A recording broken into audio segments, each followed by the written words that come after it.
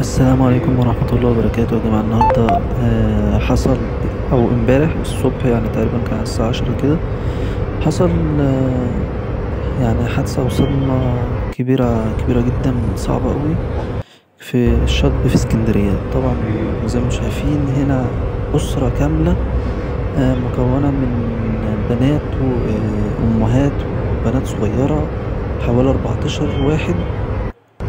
يعني مش عارف، كانوا بيعدوا الطريق والإشارة مفتوحة تقريبا. فالمنظر صعب أوي يا جماعة. الأتوبيس المشروع الأحمر ده دخل فيهم، شالهم كلهم.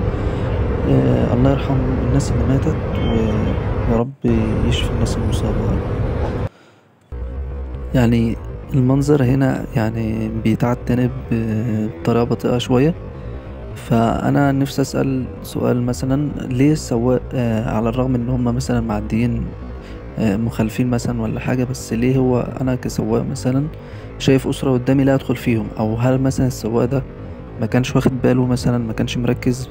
فدي برضو سؤال مهم، أو مهم جدا إن احنا نعرف ليه أنا كسواق وعارف إن أسرة مكونة من 14 يعني شخص قدامي، بغض النظر هما ماشيين مخالف، ليه أدخل فيهم أو أنا مش مركز؟ أو نتمنى نشوف يعني تفاصيل أكتر عن الموضوع ده.